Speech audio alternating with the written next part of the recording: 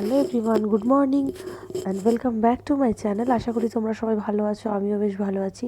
আজ মঙ্গলবার, এখন বাজে মঙ্গলবারের সকাল 9টার মতো বাজে।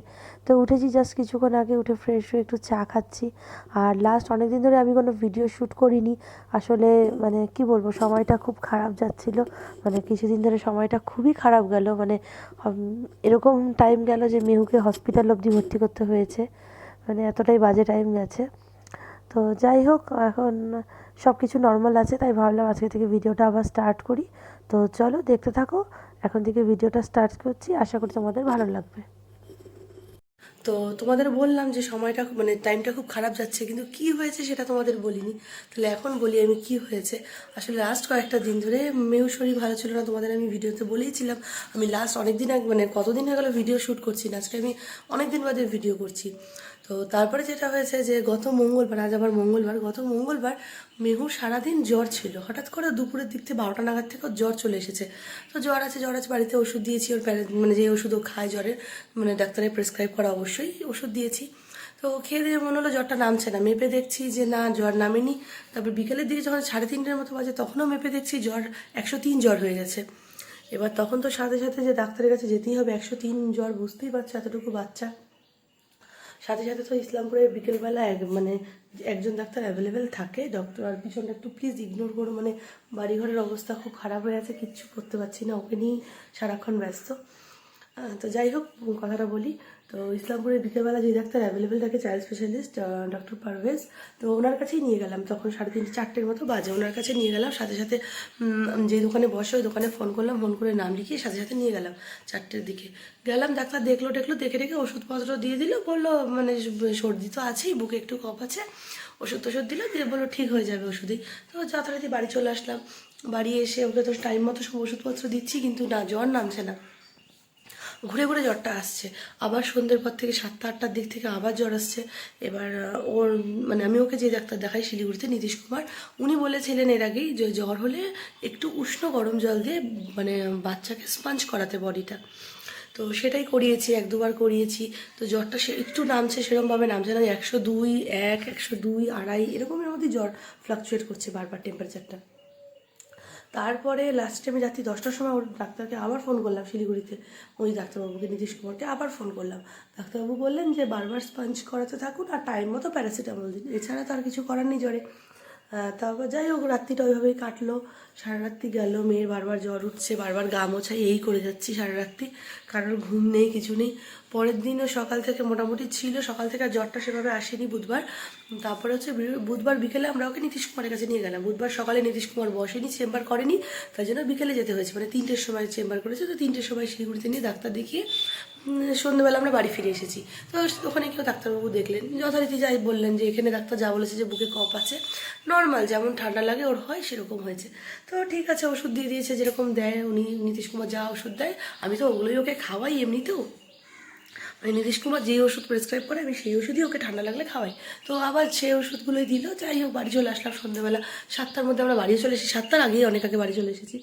বাড়িতে ঢোকার পর থেকে মেহু শুরু হলো কাশি। কাশি আগে ছিল হালকা পাতলা। তো বুধবার ওই রাত্রে থেকে, ওই দিন ছিল 23 তারিখ, 23শে জানুয়ারি, ওই দিন রাত্রি থেকে ওর শুরু হলো কাশি, প্রচণ্ড কাশি, মারাত্মক সেই কাশি। মেয়ের কাশি কিছুতে থামছে না, এরকম অবস্থা। গরম জল খাওয়াচ্ছি, ইনহেলার দিচ্ছি, কিছুতে কাশি থামছে না, কেসেই চলেছে। যাবে একটু কাশি বন্ধ হচ্ছে, খাওয়ার আর খাচ্ছে না। ও রাত্রিবেলা লাস্ট 8টা 8:30টার সময় ন্যান খেয়েছে, তারপর থেকে ও কোনো খাবার খাচ্ছে না, যা খাওয়াচ্ছে কিছু মুখেই নিচ্ছে না, ইনফ্যাক্ট জলও না, এরকম হয়ে গেছে। সারা রাত্রি মেয়ে কিচ্ছু খায়নি, সারা রাত ধরে চেষ্টা করে গেছি বারবার করে যে, ও তো এমনিতেই অনেকদিন থেকে সলিড খাবার খাচ্ছিল না, ও ঠান্ডা লাগলেও সলিড খায় না, ও লিকুইড খাবার খায়, ওই ন্যানটাই খায়, আর কিছু খেতে চায় না।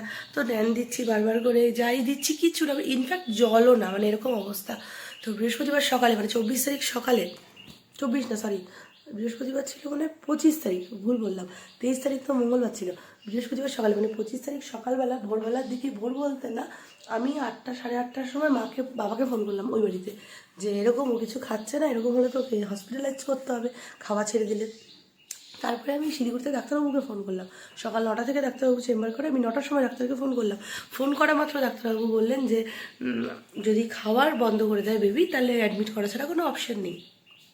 এই কথাটা বলা মাত্রই তো মানে কি বলবো, আর কিছু বলার নেই। যে অ্যাডমিট করাটা একটা মানে কত বুঝতেই পারছো কীরকম ব্যাপার হয়ে গেছে। তারপরে কি করবো আর, বাবা আসলো, মা আসলো, তখন 10টার মতো বাজে, 10টা সাড়ে 10টা বেজে গেছে। আর এদিকে ও কিছুতেই কিছু খাচ্ছে না, মানে মুখেই নিচ্ছে না খাবার। তারপরে মা বাবা এসে, আর ও একদম মানে শরীর ছেড়ে দিয়েছে, পুরো শুয়ে আছে, কোনো মনে হচ্ছে সেন্সই নেই, এরকম ব্যাপার। তো আর মুখের দিকে হা করে তাকিয়ে আছে। খুব খারাপ লাগছিল, মানে রীতিমতো কান্নাকাটির সিচুয়েশন হয়ে গেছে, এরকম অবস্থা ওকে নিয়ে। তারপরে তো সাথে সাথে হসপিটালে নিয়ে গেলাম। এখানে তো আমার এই হসপিটালে আমার কাকু চাকরি করে, ফার্মাসিস্ট। তো আমাদের কোনো অসুবিধা হয় না। ইসলামপুর হসপিটালে যখনই নিয়ে সবাই পরিষেবা পায় অবশ্যই, তো কাকু থাকাতে আমাদের একটু এক্সট্রা বেনিফিট হয়ই, এটা বোঝোই। তারপর যেটা হলো, নিয়ে তো গেলাম, নিয়ে গিয়ে এমার্জেন্সিতে ডক্টর, যেই ডক্টর নিচে প্রথমে এমার্জেন্সিতে থাকে উনিই প্রথম দেখে সবার আগে। তো উনি দেখে প্রথমেই বলছে মনোজকেই, মানে মনোজের সামনেই আমার কাকুকে বলছে যে খুব লেট হয়ে গেছে, বাচ্চার অবস্থা একদম ভালো না। যেই এই কথাটা বলেছে, বা বুঝতেই পারছো এই কথাটা শোনাটা মানে কতটা টাফ একটা, মানে মা বাবা বলো, ফ্যামিলি মেম্বার, প্রত্যেকের জন্য একটা বাচ্চাকে নিয়ে এই কথাটা শোনাটা কেমন লাগে। যাই হোক, ওকে নিয়ে গেলাম চাইল্ড ইউনিটে নিয়ে গেলাম। ওখানে ওকে সাথে সাথে অ্যাডমিট করলো। অ্যাডমিট করে সাথে সাথে ও চ্যানেল করলো, চ্যানেল করে স্যালাইন চালিয়ে দিল, অক্সিজেন চালিয়ে দিল। আসলে ওর অক্সিজেন লেভেলটা কমে গেছিলো, এত কাশি হয়েছে সারা রাত ধরে, যতই ইনহেলার দিই ওর অক্সিজেন লেভেল কমে গেছিলো। তার জন্য ও খাচ্ছিলও না কিছু। তা 10-15 মিনিটের মধ্যে চাইল্ড স্পেশালিস্ট চলে আসলেন। উনি দেখলেন, দেখে টেখে তো উনি বললেন যে, আর নিচ থেকে এমার্জেন্সিতে বলেছিল যে হয়তো নিউমোনিয়া হয়ে গেছে।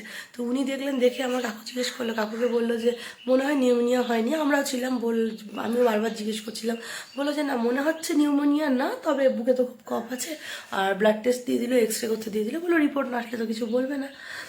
যাই হোক, ব্লাড টেস্টের সাথে সাথে স্যাম্পেল নিয়ে নিল। ব্লাড টেস্টের জন্য স্যাম্পেল তো তখনই নিয়ে নিল, বৃহস্পতিবার দিনই ওই 11:30টার দিকেই নিয়ে নিল স্যাম্পেল। কিন্তু এক্সরেটা তখন হবে না, ডাক্তার বললো যেহেতু ওর অক্সিজেন লেভেল এতটা কমে গেছে, তো এখনই ওকে বাইরে নিয়ে এক্সরে করানোটা ঠিক হবে না। আর মানে হসপিটালের এক্সরে থেকে বাইরে এক্সরে করানোটা বেটার, এটা ডাক্তার নিজেই সাজেস্ট করেছিল। আর ব্লাড টেস্টটা যেরকম বাইরেও একটা স্যাম্পেল পাঠানো হয়েছিল, হসপিটালেও করা হয়েছে, 2 জায়গায় করা হয়েছে ব্লাড টেস্ট। তো ওটা তো হলো। এবার ডাক্তার বলেছিল যে বিকেলের দিকে অক্সিজেন লেভেলটা একটু ঠিকঠাক হয়ে গেলে তারপরে নিজেতে ওকে এক্সরেটা করাতে। তো সারাদিন থাকলো, মেয়ে ওইভাবেই পড়ে আছে, মানে চোখে দেখা যায় না। তা আমাদের, তোমরা ভিডিওতেও দেখো, প্রচণ্ড দুরন্ত, প্রচণ্ড দুষ্টু। সেই জায়গা থেকে একটা বাচ্চা সারাক্ষণ বিছানায় শুয়ে আছে, মাথা ওঠাতে পারছে না, মানে প্যাথেটিক। আর ও এরকম ধরনের বাচ্চা না, মানে যতক্ষণ ও শরীর দেয় ও চলতেই থাকে, মানে খুব শরীর খারাপ না হলে ও শোয়ার মতো বাচ্চা ওর না। সেখানে ও হসপিটালের বেডে তো ওরকমভাবেই শুয়েই আছে, কোলের মধ্যেই আছে। তারপরে যাই হোক, গেল, সারাদিন পার হলো। বিকেলের দিকে এবার ও অক্সিজেন কিছুতেই চেক করতে দিচ্ছে না, এটা ওর একটা খুব বাজে স্বভাব। ডাক্তারকেও ও ভালো করে দেখতে দেয় না, ও এত কাঁদে, মানে ডাক্তার যে একটু ঠিক করে দেখবে ওকে, সেটাও দেয় না কখনোই। এবার অক্সিজেনটা যখন চেক করবে, অক্সিমিটারটা দিয়ে, সেটাও দেখতে দিচ্ছে না। সন্ধ্যেবেলা কেঁদেই চলেছে। সিস্টাররা বলছে যে কাঁদলে ঠিকঠাকভাবে আসবে না। যাই হোক, ওরকম দেখছে 88, 89 আসছে, 90 ক্রস করছে না। ডাক্তার বলেছিল 90 ক্রস করলে তারপরে মানে নিয়ে যেতে হবে এক্সরে করাতে। যার কারণে সেদিন যেতে পারলাম না, এক্সরেটা হলো না। সন্ধ্যেবেলা বিকেলের দিকে ব্লাড টেস্টের রিপোর্ট চলে এসেছে। ব্লাড টেস্টের রিপোর্ট সেরকম কিছু খুব একটা ছিল না, হিমোগ্লোবিনটাও একটু কমে গেছে, বাদ বাকি সব ঠিকঠাক, একটু কম বেশি ছিল, কিন্তু মানে ওরকম ক্রিটিক্যাল কিছু না, নর্মাল। সন্ধ্যেবেলা ডাক্তার দেখে গেলেন, দেখেই সন্ধ্যেবেলা ডাক্তার অক্সিজেনটা খুলে দিলেন। বললো যে ওর আর অক্সিজেন লাগবে না, 7টা নাগাদ অক্সিজেন খুলে দিল। স্যালাইন চলছিল। এবার মেয়ের শুরু হয়ে গেল, স্যালাইন দিলেই চিৎকার, মানে স্যালাইন অক্সিজেন না থাকলেও ঠিক আছে, স্যালাইন অক্সিজেন চালালেই ওর মাথা গরম, ও কান্না জেদ, রীতিমতো মানে কেঁদে কেঁদে হসপিটাল মাথায় করে নিচ্ছে, এরকম অবস্থা। তো ওই দিন রাত্রিটা তো গেল ওইভাবে। পরের দিন সকালবেলা 10টা-11টার দিকে নিয়ে গেলাম ওকে এক্সরে করাতে। এক্সরে করানো হলো, এক্সরে করিয়ে তো এক্সরে প্লেটটা সাথে সাথে তো দিয়ে দেয়, দিয়ে দিল। এবার হচ্ছে ডাক্তারবাবু সকালবেলা এসে অলরেডি দেখে চলে গেছে, তখনও তো এক্সরে হয়নি। তো তখনও দেখে টেকে গেল, স্যালাইন তো চলছিল। আরও মানে জেদ, ওই দিন এত জেদ করেছে মানে বলার না, মানে ভাবতে পারবে না কী গেছে ওই দিনটা। সন্ধ্যেবেলা ডাক্তার আবার আসলো শুক্রবার দিন, মানে 26শে জানুয়ারি ছিল ওই দিন, হ্যাঁ 26শে জানুয়ারি দিন সন্ধ্যেবেলা আবার ডাক্তার আসলো, এসে এক্সরে রিপোর্ট দেখলো, দেখে বললো যে চেস্টে একটু ইনফেকশন আছে, সেরকম কিছু না। তো পরের দিনই ছুটি দিয়ে দিল। সন্ধ্যেবেলা এসেও স্যালাইনও খুলে দিল, বললো স্যালাইন আর লাগবে না। তো বললো শনিবার দিন সকালবেলা ছুটি। আর ওষুধপত্র দিয়ে দিয়েছে, বলেছে মানে ওষুধগুলোই সদ্য দিয়েছে, বা ওষুধেই ঠিক হয়ে যাবে, মানে ভর্তি থাকার কোনো প্রয়োজন নেই। এবার ওই দিন রাত্রে মেয়ে ঘুমায় না, কিছু না, মানে জেদের উপর জেদ করে যাচ্ছে, এরকম অবস্থা। আর ওর অভ্যাস নেই ওরকম ওই অত লোকজন আওয়াজে ঘুমানোর, বাড়িতে ঘুমায় একদম সাইলেন্ট ও ঘুমায়, মানে কি বলবো, ঘরে একটা ফোন বাজলে ও টের পেয়ে যায়, আমরা কেউ কথাও বলি না ও ঘুমালে। তো যাই হোক, এবার ওখানে তো এত পেশেন্ট আছে, এত আওয়াজ, লাইট, ওখানে ও ঘুমাচ্ছে না, রাত্রি 1:30-2টো বেজে যায়, মেয়ে ঘুমায় না, 1টা-1:30টার দিকে ঘুমিয়েছে ফাইনালি। তো এরকম অবস্থা। তারপরে তো পরের দিন শনিবারে তো সকালেই আমাদের ছুটি দিয়ে দিয়েছে ওকে, সকালবেলা 8টা নাগাদ ছুটি হয়ে গেছে, আমরা 9টার আগে বাড়ি চলে এসেছি। তো মানে শরীর ওর খুব উইক হয়ে গেছিলো, একদমই উইক।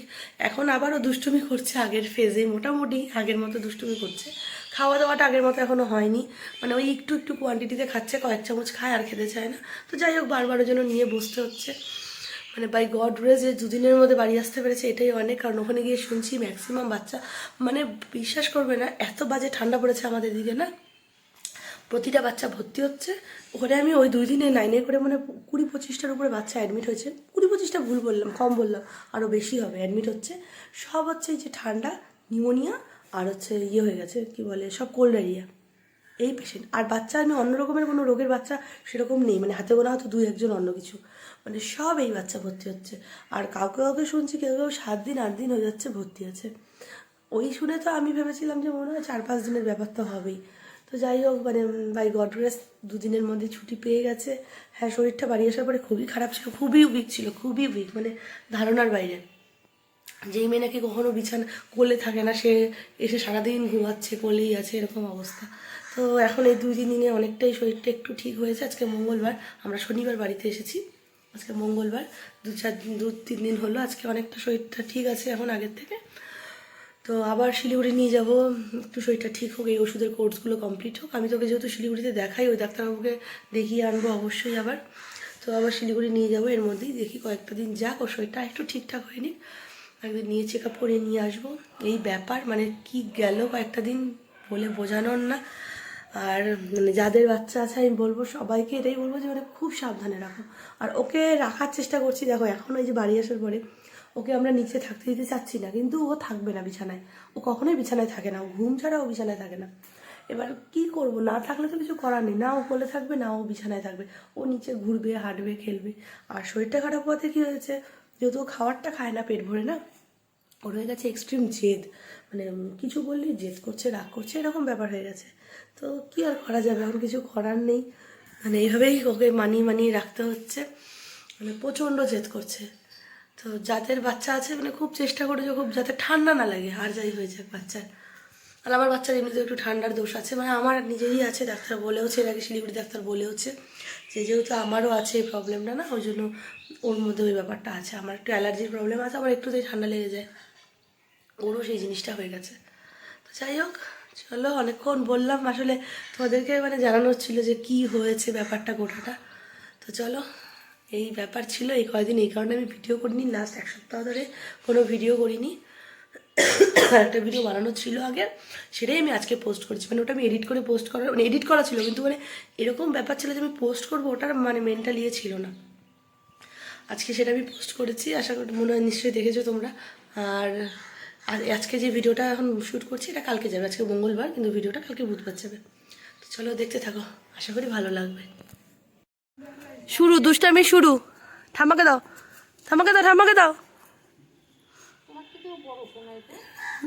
হ্যাঁ রে ভগবান, নোংরা ভরে যাবে বাবা, নোংরা ভরাস না জামা কাপড়গুলায়, নোংরা ভরাবা না, তোমাকে নিতে হবে না, ঠাম্মা নিবে, ঠাম্মা নিবে, এটা নিতে পারবা না, এটা শাড়ি।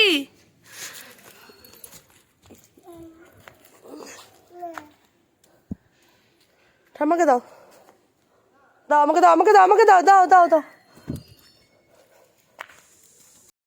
দাও দাও, থাক ওখানে, ওখানে থাক করে আসো, যাও ঠাম্মাকে দিয়ে আসো, যাও।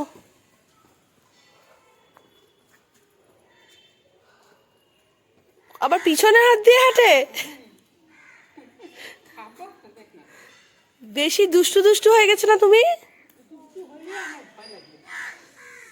কি চিপছো তুমি, জামা কাপড় আবার চেপে দেখো, ইস বাবা রে, গেল গেল গেল, থাও, পিছনে হাত দিয়ে আসো, পিছনে হাত দিয়ে, এবার বসো, পায়ের উপরে পা দিয়ে বসো, পায়ের উপরে পা দাও, ভালো করে একটু পায়ের উপরে পা দিয়ে বসো, ভালো করে দাও দাও, শোনো দাও, শোনা, পায়ের উপরে পা দিয়ে বসো, দাও বসছে তো, ঠাম্মা তো বসছেই তোমার পাশে। তুমি ভালো করে একটু পায়ের উপরে পা দাও না, তো দেখি। পেছনে হাত দিয়ে, পেছনে হাত দিয়ে।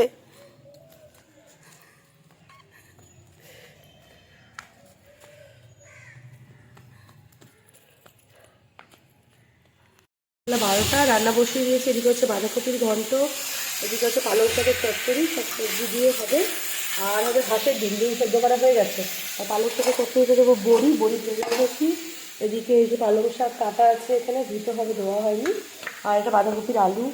আর হবে হচ্ছে মানে বাবার শরীরটা খুব একটা ভালো নেই, পেটটা, তো বাবাকে হাঁসের ডিম দেবো না, ওই জন্য বাবার জন্য শিং মাছ আছে, তো মেহুর শিং মাছ আছে, ওই শিং মাছটাই বাবাকে একটু ঝোল করে দেবো, শিং মাছটা পাতলা করে।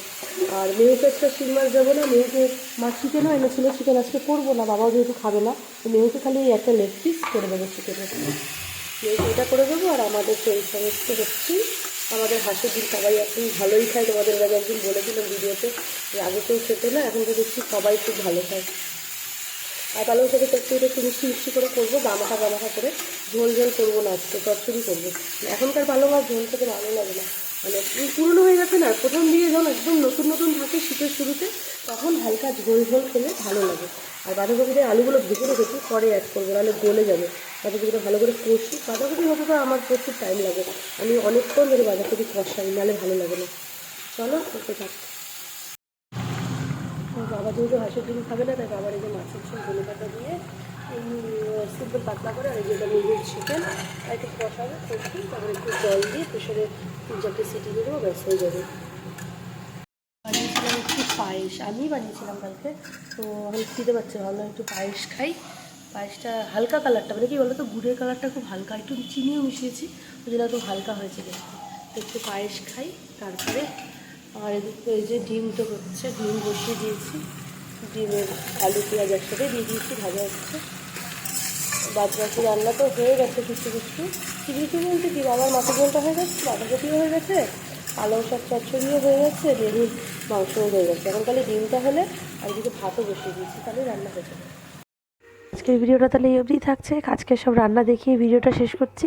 যদি কিছু ভালো লাগে তাহলে একটা লাইক করো, শেয়ার করো, চ্যানেলটাকে অবশ্যই অবশ্যই সাবস্ক্রাইব করো। কালকে দেখা হবে অন্য একটা নতুন ব্লগে তোমাদের সাথে। টিল দেন।